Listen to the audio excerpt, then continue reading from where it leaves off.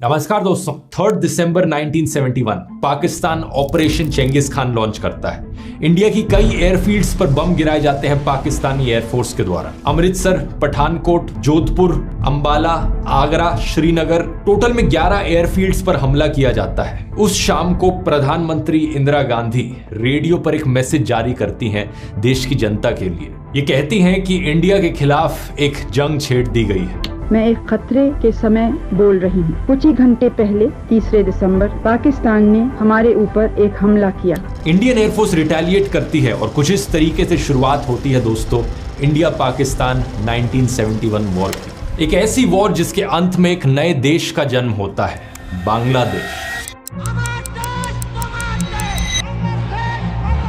लेकिन क्या कारण था आखिर, क्यों हुई ये वॉर? क्यों बांग्लादेश आजादी चाहता था पाकिस्तान से, और इंडिया का क्या रोल आता है इस पूरी कहानी में? आइए समझने की कोशिश करते हैं आज के इस वीडियो में। India gave people of Bangladesh their independence. এবারের সংগ্রাম আমার মুক্তির সংগ্রাম, এবারের সংগ্রাম স্বাধীনতার সংগ্রাম। Pakistan lost half of its country. A new nation was born, Bangladesh. कहानी की शुरुआत करते हैं ब्रिटिश के पहले से, कॉलोनियल टाइम से पहले जो इंडियन सबकॉन्टिनेंट था, यानी आज के दिन का इंडिया, पाकिस्तान, बांग्लादेश, नेपाल, बर्मा और श्रीलंका। इस पूरे एरिया में हजारों छोटे बड़े ऑटोनोमस किंगडम्स हुआ करते थे। राजा महाराजाओं का रूल था, जिनकी अपनी लैंग्वेजेस होती थी, ट्रेडिशन होता था, अपना कल्चर होता था। जो बंगाल का एरिया होता था, स्पेसिफिकली अगर सिर्फ बंगाल वाले एरिया की बात करें, यानी आज के दिन का बांग्लादेश प्लस वेस्ट बंगाल और इसके आसपास का कुछ एरिया, इस एरिया को करीब 13वीं सेंचुरी से मोस्टली मुस्लिम राजाओं के द्वारा रूल किया गया था। मोहम्मद बख्तियार खिलजी जो फाउंडर थे खिलजी डायनेस्टी के, उन्होंने मुस्लिम रूल को शुरू किया था इस एरिया में अर्ली 13वीं सेंचुरी से। लेकिन इंपॉर्टेंट चीज ये जानने वाली है कि जो भी रूलर्स थे यहाँ पर, उन्हें ज्यादा इंटरेस्ट नहीं था अपने रिलीजन को प्रीच करने में। उनका फोकस इसमें बने रहता था कि कैसे वो लोकल कम्युनिटीज को सिस्टम का हिस्सा बना सके। तो इन मुस्लिम राजाओं के टाइम में भी जो बड़े हाई ऑफिस होल्डर्स होते थे, ट्रेडर्स होते थे, म्यूजिशियंस होते थे, वो अलग अलग रिलीजियस बैकग्राउंड्स और ट्रेडिशन से आते थे। बेसिकली कहा जाए, हिंदुइज्म और इस्लाम के बीच में जो को एग्जिस्टेंस थी और इंटरमिंगलिंग थी, वो इस एरिया में बहुत देखी गई। इसकी वजह से जो कट्टरवाद था, एक्सट्रीमिज्म था, वो काफी हद तक कंट्रोल में रहा। समय में आगे चले तो साल 1757 में ईस्ट इंडिया कंपनी इस एरिया को टेक ओवर कर लेती है, जिसको मैंने डिटेल में इस वीडियो में समझाया है। जिसके बाद 1947 तक ब्रिटिश रूल रहता है और फिर हमें देखने को मिलता है पार्टीशन इंडिया और पाकिस्तान के बीच। As the new dominions of Pakistan and India take over their own affairs, carrying their few possessions, 1 million people become refugees overnight. साल 1940 में ही ऑल इंडिया मुस्लिम लीग के एनुअल सेशन में लाहौर रेजोल्यूशन बनाया जाता है, जिसमें डिमांड उठाई जाती है कि मुसलमानों के लिए एक सेपरेट स्टेट बनाई जाए। इनका डर यह था कि अगर एक ही देश बना रहेगा तो मुस्लिम्स माइनॉरिटी बन जाएंगे और वो डर में जिएंगे। पार्टीशन करते वक्त रिलीजियस लाइंस पर बॉर्डर्स बनाने का मतलब ये था कि जो सोशल, कमर्शियल और कल्चरल संबंध थे लोगों के बीच में, उन्हें नजरअंदाज करना पड़ता। यानी बड़ी बड़ी स्टेट्स जहां पर कॉमन कल्चर्स थे, भाषाएं एक बोली जाती थी, उन्हें भी बांटा गया पार्टीशन की वजह से, बस इसलिए क्योंकि धर्म के नाम पर लोगों को डिवाइड करना है। इसके दो सबसे बड़े एग्जाम्पल हैं पंजाब और बंगाल। पंजाब का कुछ हिस्सा पाकिस्तान में गया, कुछ हिस्सा इंडिया में रहा, और सेम विद बंगाल, कुछ हिस्सा इंडिया में, कुछ हिस्सा पाकिस्तान में। लेकिन बांटने का मतलब ये नहीं था कि इनके कल्चर अलग अलग हो जाएंगे। जो दो हिस्सों को बांटा गया, वहां के लोग सेम भाषा में बात करते थे, सेम कल्चर और ट्रेडिशंस को फॉलो करते थे। बंगाल में जो मुस्लिम्स पाकिस्तान के फेवर में थे, उनकी उम्मीद ये थी कि एक नया मुस्लिम देश बनने से उन्हें एक बेहतर स्टैंडर्ड ऑफ लिविंग मिलेगा, उनकी फाइनेंशियल और सोशल कंडीशन इंप्रूव होगी। इनमें से कई ऐसे लोग थे जो इंफीरियर फील करते थे हिंदू लैंडलॉर्ड्स के लिए, क्योंकि वो उनके लिए काम किया करते थे। वो पाकिस्तान की सरकार की तरफ देख रहे थे अपने फंडामेंटल राइट्स पाने के लिए। ऑब्वियसली जब बंटवारा किया गया, पार्टीशन हुआ, तो बहुत से परिवार, बहुत से लोग डिस्प्लेस हो गए। एक भारी माइग्रेशन देखने को मिली, जिसमें कई मुस्लिम्स पाकिस्तान की तरफ माइग्रेट हुए और कई हिंदूस पाकिस्तान से इंडिया आए। इसी बीच बहुत से दंगे हुए, मॉब वायलेंस हुआ, कुछ 2 से 20 लाख डेथ्स का एस्टिमेट किया जाता है। Communal hatred flares up in the Punjab. Pakistan and India each say they are determined to stop the wholesale rioting. But meanwhile, the exodus continued. इस माइग्रेशन में एक ग्रुप ऑफ लोग थे जो बिहार में रह रहे मुस्लिम्स थे। अब बिहार ऑब्वियसली क्योंकि बांग्लादेश के ज्यादा करीब है, तो बहुत से मुस्लिम्स जो बिहार में रह रहे थे वो ईस्ट पाकिस्तान में माइग्रेट किए। इन मुस्लिम बिहारीज को स्पेसिफिकली मेंशन करना जरूरी है क्योंकि आप आगे कहानी में देखेंगे कि कैसे इन्हें माना जाता था कि बांग्लादेश के खिलाफ है, इन्हें एंटी बांग्लादेशी माना जाता था। अभी के लिए पार्टीशन पर वापस आए तो बंगाल का जो पार्टीशन हो रहा था वो अपने आप में ही एक बहुत बड़ा इशू था। शुरुआत में पूरे बंगाल ने पार्टीशन के खिलाफ वोट किया था, अगर इस पार्टीशन का मतलब हो कि बंगाल को पाकिस्तान का हिस्सा बनना पड़े। लेकिन इस बंगाल में ही वेस्ट बंगाल का जो रीजन था वहां रहने वाले लोग पार्टीशन चाहते थे और इंडिया को ज्वाइन करना चाहते थे। दूसरी तरफ जो ईस्ट बंगाल वाला रीजन था वो पार्टीशन नहीं चाहते थे, लेकिन अगर कोई पार्टीशन हो तो वो चाहते थे कि वो पाकिस्तान को ज्वाइन करे। तो इवेंचुअली जब पार्टीशन हुआ, वेस्ट बंगाल इंडिया का हिस्सा बना और ईस्ट बंगाल पाकिस्तान का हिस्सा बना। पाकिस्तान के देश को दो हिस्सों में डिवाइड किया गया जिनके बीच सेपरेशन 1500 किलोमीटर का था और बीच में इंडियन टेरिटरी थी। अब इंटरेस्टिंग चीज ये है कि पाकिस्तान का जो नया देश बना उसमें जो मेजॉरिटी एथनिक ग्रुप था वो एक्चुअली में बंगालीज का था। आधे से ज्यादा पॉपुलेशन इस नए पाकिस्तान के देश की बंगालीज थी जो ईस्ट पाकिस्तान में रह रहे थे। बाकी वेस्ट पाकिस्तान में पंजाबीज, पख्तून्स, सिंधीज और बलोच थे। अब इवन दो बंगालीज की पॉपुलेशन ज्यादा थी पूरे पाकिस्तान में, लेकिन जो पावरफुल पोजीशंस थी जैसे कि ब्यूरोक्रेसी, मिलिट्री और पॉलिटिक्स की जो पोजीशंस हैं वो ज्यादातर वेस्ट पाकिस्तान के लोगों के हाथ में थी। स्पेसिफिकली कहा जाए तो मुहाजिर्स और पंजाबी जो लोग थे। अब इस बैकग्राउंड इंफॉर्मेशन को ध्यान में रखते हुए 1947 के बाद पाकिस्तान में जो पॉलिटिक्स हुई उसे समझते हैं। पाकिस्तान की शुरुआत हुई एज अ पार्लियामेंट्री डेमोक्रेसी, ठीक जैसे इंडिया की हुई थी। लेकिन फर्क ये था पाकिस्तान में जो सेंट्रल गवर्नमेंट थी वो बहुत ज्यादा पावरफुल थी। पावर एक इंसान के हाथ में बहुत कॉन्सेंट्रेटेड थी, जिसकी वजह से पार्लियामेंट्री डेमोक्रेसी सही तरीके से स्ट्रांगली एस्टैब्लिश नहीं हो पाई। साल 1946 में ब्रिटिश सरकार ने इलेक्शंस ऑर्गेनाइज करवाए थे अनडिवाइडेड इंडिया में।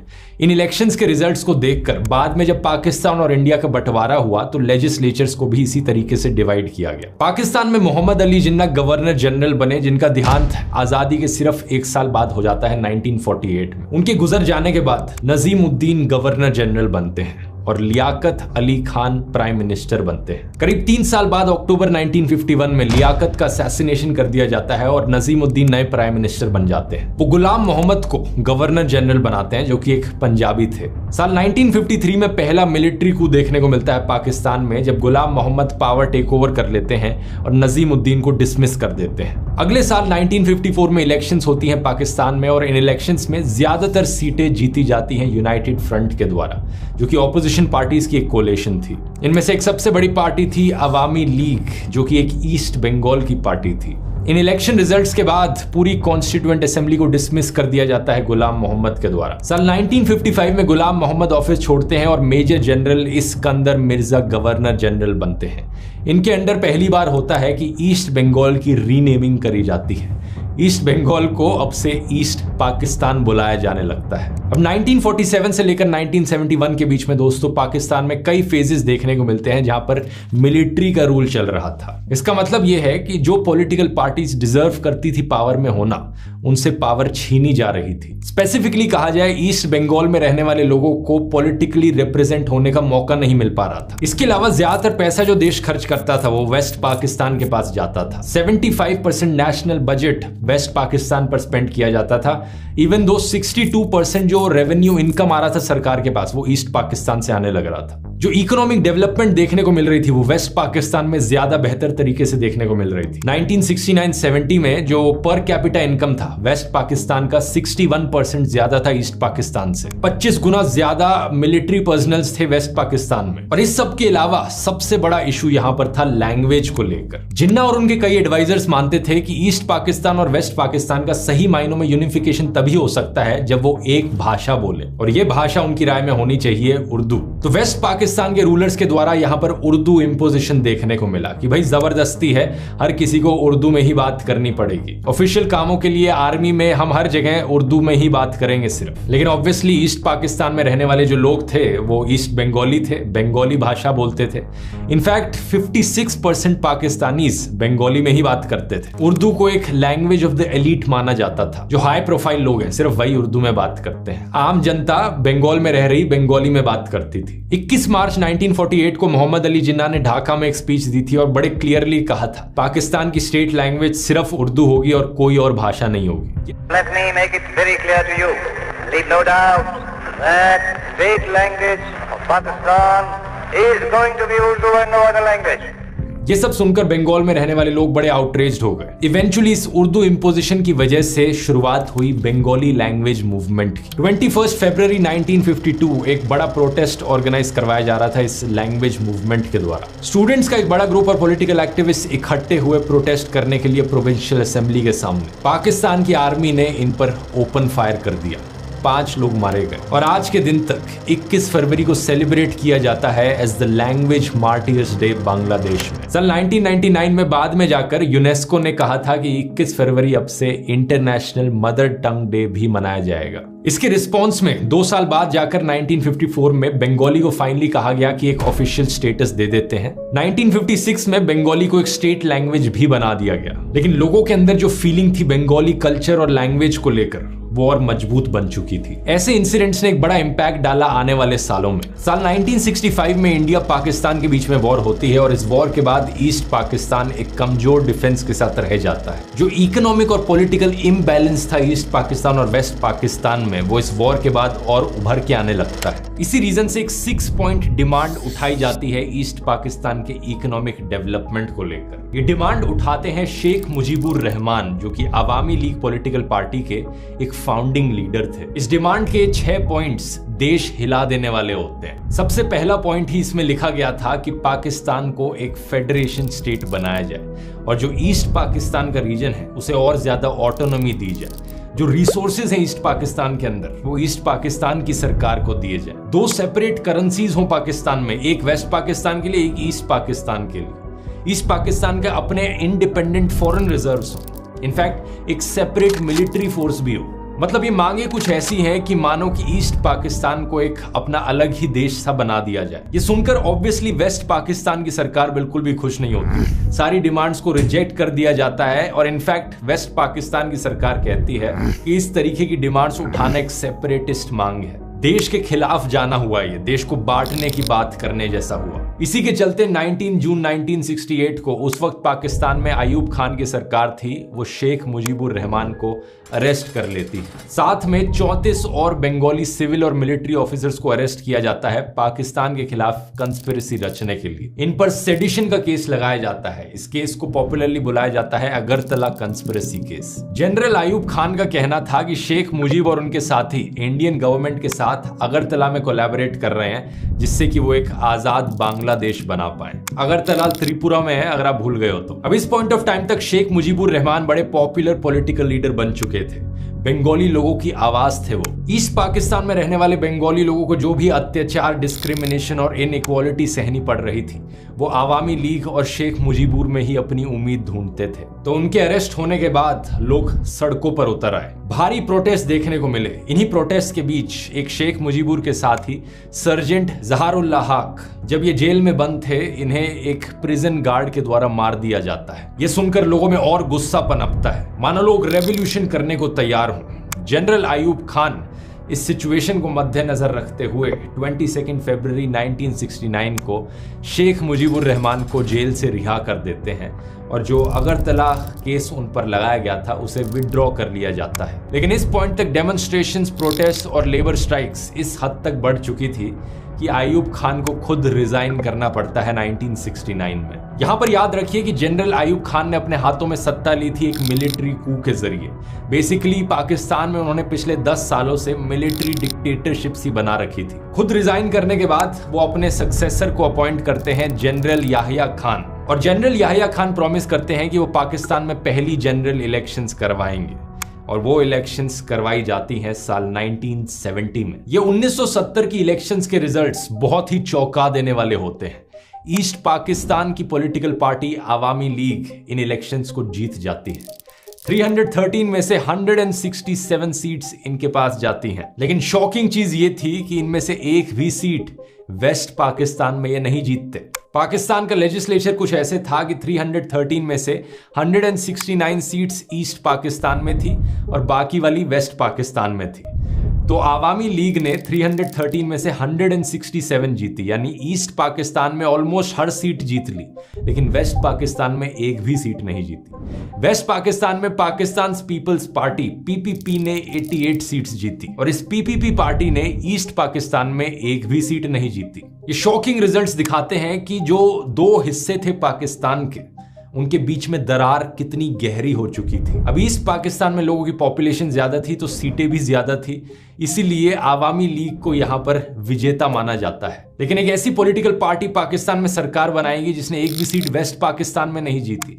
जो वेस्ट पाकिस्तान के पॉलिटिकल एलिट्स हैं उनके इंटरेस्ट से बिल्कुल भी मैच नहीं होता। इन इलेक्शन रिजल्ट्स को देखकर जो पीपीपी के लीडर थे उस वक्त, जुल्फिकार अली भुट्टो, वो आर्मी ऑफिशियल्स और जनरल याहिया खान के साथ मिलते हैं और डिस्कस करते हैं कि कैसे नेशनल असेंबली को कैंसिल कर देना चाहिए। लिटरली उनकी मर्जी के इलेक्शन रिजल्ट्स नहीं आए तो इन इलेक्शंस के रिजल्ट्स को खारिज कर दो, और जनरल याहिया खान एग्जैक्टली यही करते हैं। 1 मार्च 1971 को कैंसिलेशन की अनाउंसमेंट करी जाती है कि जो भी इलेक्शन रिजल्ट आए हैं वही खत्म समझो इन्हें। ये सुनकर ईस्ट पाकिस्तान में हल्ला मच जाता है। वहां के लोग कहते हैं कि ये क्या मजाक चलने लग रहा है, ये कोई डेमोक्रेसी हुई? हमने वोट दिया, हमारी मर्जी की पार्टी जीती, और क्योंकि तुम्हें पसंद नहीं आ रहा तुम इलेक्शंस को कैंसिल कर दोगे उठाकर। सड़कों पर फिर से भारी प्रोटेस्ट उतरते हैं और इस बारी आजादी के नारे लगाए जाते हैं। वो कहते हैं कि अगर तुम्हें हमारे लीडर्स को इलेक्ट करने में इंटरेस्ट ही नहीं है तो बाहर निकलो साइड में, हमें आजादी दो, हम अपना अलग से देश बनाएं। ये फाउंडेशन है दोस्तों बांग्लादेशी लिबरेशन वॉर की। इस पॉइंट तक आते आते ईस्ट पाकिस्तान में रहने वाले लोग इस्लाम को एज ए यूनिफाइंग फैक्टर नहीं देखते थे, बल्कि वो अपनी बंगाली एथनिसिटी को ज्यादा इंपॉर्टेंस देते थे। वो चाहते थे एक सेक्युलर डेमोक्रेटिक सोशलिस्ट स्टेट बने जिसमें बंगाली एथनिसिटी यहाँ पर मेन चीज हो। यहीं से ही ये कंट्री का नाम आया है बांग्लादेश, बंगाली लोगों का देश। 7 मार्च 1971 कैंसिलेशन के ऑर्डर्स दिए जाने के बाद आवामी लीग पॉलिटिकल पार्टी जनता के सपोर्ट में उतरती है और कहती है कि यहाँ पर हम नॉन कोऑपरेशन मूवमेंट चालू करेंगे।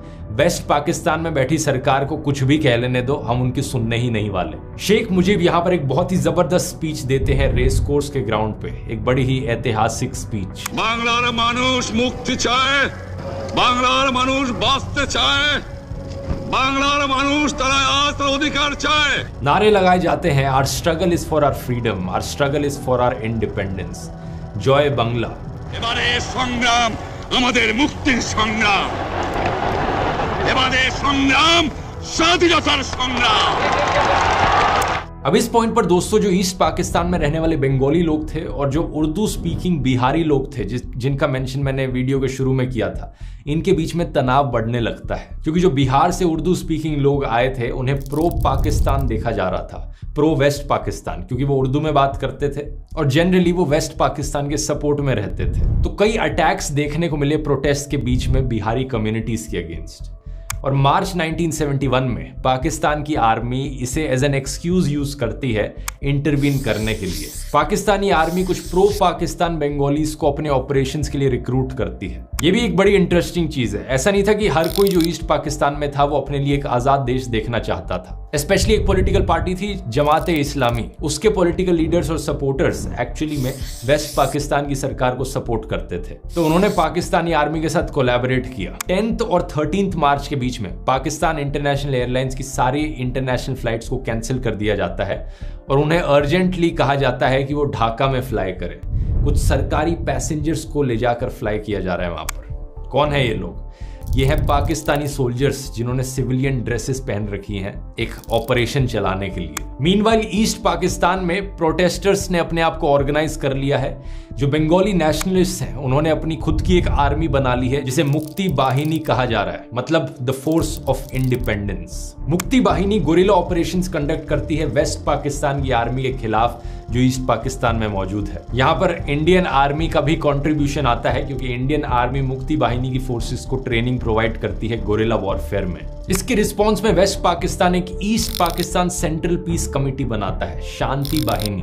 बड़ा ही आयरॉनिक नाम है क्योंकि शांति बाहिनी ढेर सारे वॉर क्राइम्स करती है। हजारों सिविलियंस को मारा जाता है, औरतों पर अत्याचार होते हैं और स्पेसिफिकली इंटेलेक्चुअल जो लोग हैं उन्हें टारगेट करके मारा जाता है। टीचर्स, स्कॉलर्स और सोशल एक्टिविस्ट। इन्हें बुद्धिजीवी बुलाया जाता था। इस पॉइंट ऑफ टाइम तक लॉ एंड ऑर्डर का पूरी तरीके से सत्यानाश हो चुका होता है ईस्ट पाकिस्तान में। बंगालीज ने सारी इंस्ट्रक्शंस फॉलो करनी बंद कर दी हैं जो भी पाकिस्तान से आ रही हैं। 25 मार्च 1971 वेस्ट पाकिस्तान की सरकार एक भयानक जेनोसाइड प्लान करती है, ऑपरेशन सर्च लाइट। इसका ऑब्जेक्टिव होता है कि जो भी पॉपुलर लोग बांग्लादेश की आजादी की मांग कर रहे हैं उन्हें पकड़ पकड़ के मार डालो। 25 मार्च की रात को हजारों पाकिस्तानी आर्मी के ट्रूप्स ढाका में मार्च करते हैं। शेख मुजीबुर रहमान को अरेस्ट कर लिया जाता है और वेस्ट पाकिस्तान ले जाया जाता है। लेकिन इस अरेस्ट से पहले शेख मुजीबुर ने ईस्ट पाकिस्तान को एक इंडिपेंडेंट कंट्री डिक्लेयर कर दिया था। उन्होंने कहा था, अब से हम पाकिस्तान का हिस्सा नहीं है, अब से हम बांग्लादेश हैं। इस डिक्लेरेशन को एक ट्रांसमीटर के द्वारा किया गया था। ट्रांसमिशन को होने में कुछ घंटे का समय लगा था, तो मिडनाइट क्रॉस हो चुकी थी। इसी रीजन से दोस्तों आज के दिन 26 मार्च को बांग्लादेश का इंडिपेंडेंस डे मनाया जाता है। 27 मार्च 1971 मेजर जियाउर रहमान इस डिक्लेरेशन को पब्लिक के सामने पढ़ते हैं और अनाउंस करते हैं कि बांग्लादेश अब एक आजाद देश है। इसी रात ढाका यूनिवर्सिटी में 2 स्टूडेंट डॉर्मेट्रीज पर हमला किया जाता है और एक ही रात के अंदर 7000 स्टूडेंट्स मारे जाते हैं पाकिस्तान की आर्मी के द्वारा। इस ऑपरेशन सर्चलाइट में 30,000 से ज्यादा बंगालियों का मैसेकर किया जाता है एक हफ्ते के अंदर। आधे लोग जो ढाका शहर में रह रहे थे वो शहर छोड़कर भाग जाते हैं।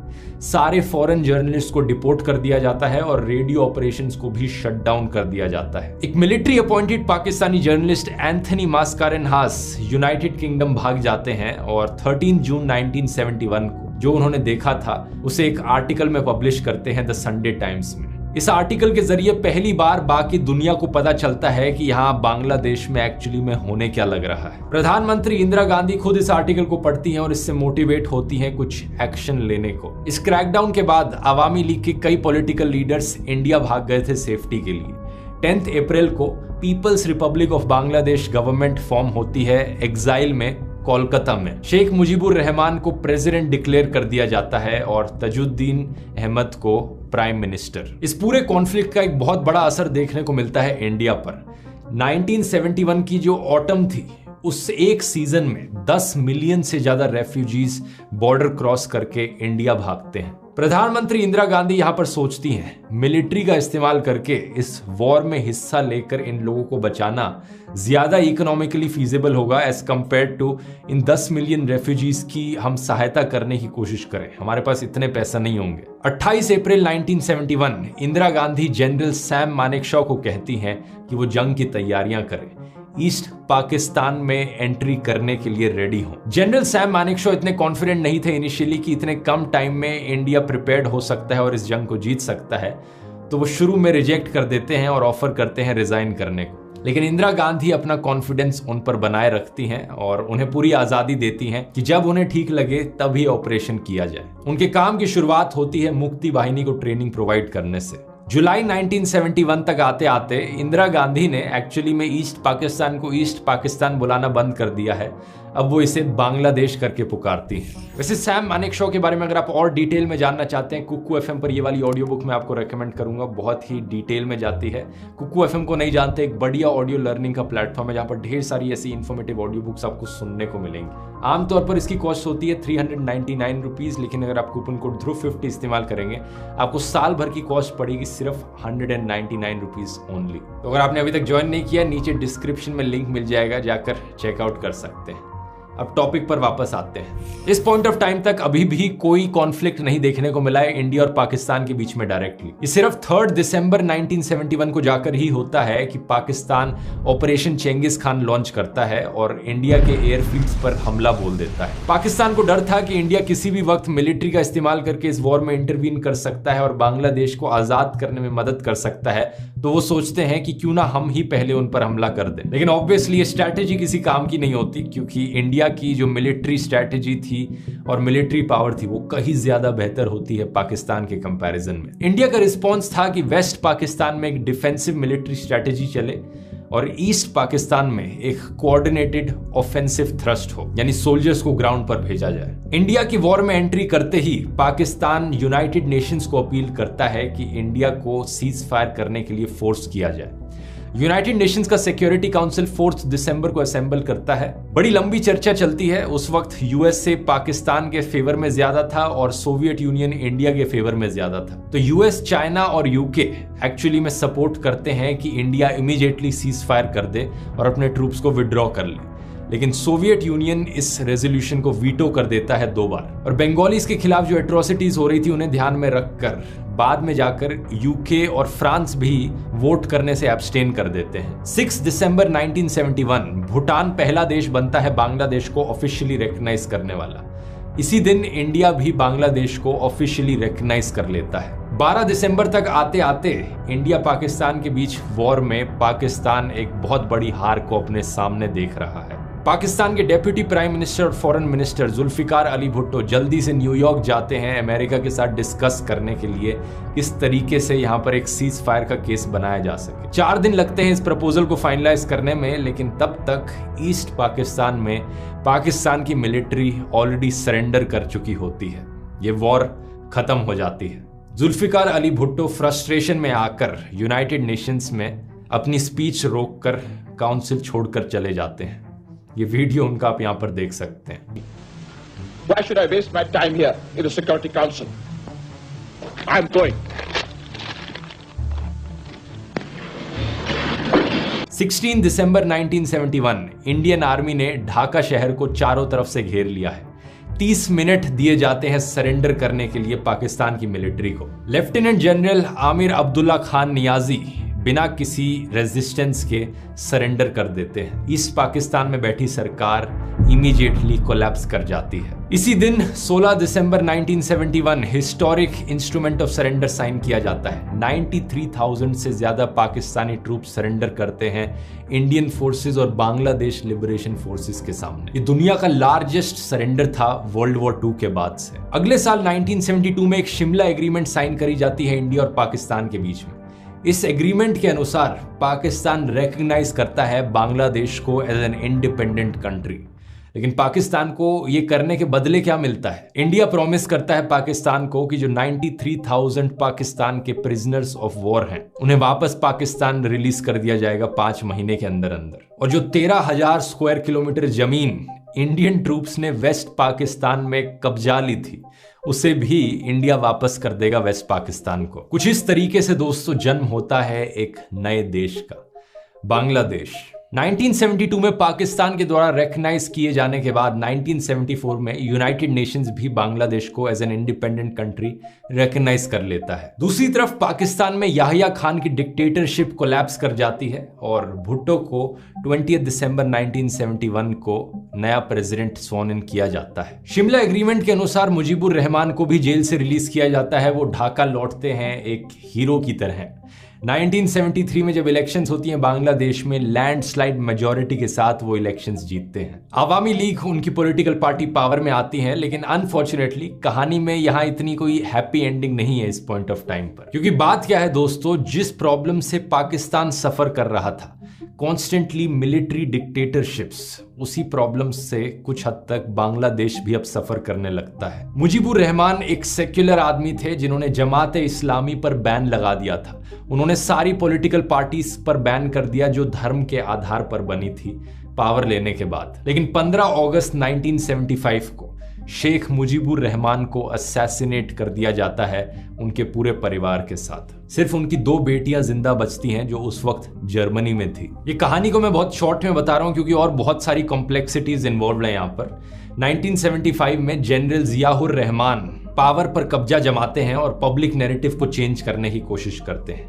यानी बांग्लादेश में भी एक मिलिट्री कू देखने को मिलता है। ये मिलिट्री को हीरोज की तरह पोर्ट्रे करते हैं। जमात इस्लामी पर जो बैन लगा था उसे हटा दिया जाता है और अगले कई सालों तक बांग्लादेश एक सेक्युलर डेमोक्रेसी बना रहने की जगह एक मिलिट्री डिक्टेटरशिप बना रहता है। साल 2009 में मुजीबुर रहमान की बेटी शेख हसीना पावर में आती हैं और आज के दिन तक भी शेख हसीना ही पावर में है, करंट प्राइम मिनिस्टर हैं बांग्लादेश की। आवामी लीग रूलिंग पार्टी है। इस पूरी कहानी में क्या लेसन आपको सीखने को मिलता है?